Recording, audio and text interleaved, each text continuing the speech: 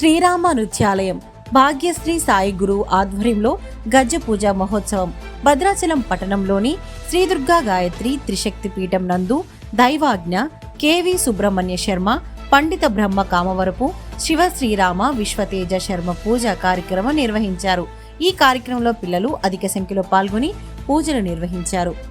భద్రాచలం పుణ్యక్షేత్రంలో బాల బాలికలకు సనాతనమైనటువంటి విద్య, భరతనాట్యం, కూచిపూడి నృత్యాలు నేర్పే ఆలయం శ్రీరామ నాట్యాలయం.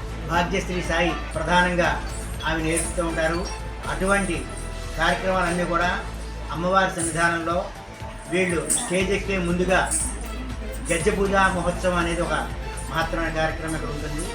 దాన్ని అనుసరించి ఈ రోజున ఈ యొక్క నిష్ణాతులైనటువంటి బాలబాలికలకు అలాగే కొత్తగా చేరే వాళ్ళకి వీళ్ళందరికీ కూడా చక్కగా శిక్షణ వచ్చి అమ్మవారి యొక్క సన్నిధానంలో పూజా కార్యక్రమాన్ని కూడా చేసుకొని గణపతి పూజ, ఆ నాట్యం ఏదైతే ఉన్నదో ఆ నాట్యాధిపతి పరమశివుడు ఇక్కడ ఉండడం, ఆయన కూడా తన ఎత్తుగా పైభాగంలో ఇక్కడ మనం ఉండడం దర్శనం జరుగుతుంది. నేను గత కొన్ని సంవత్సరాలుగా శ్రీరామ నాట్యాలయం అని పిల్లలకి శిక్షణ ఇస్తున్నాను.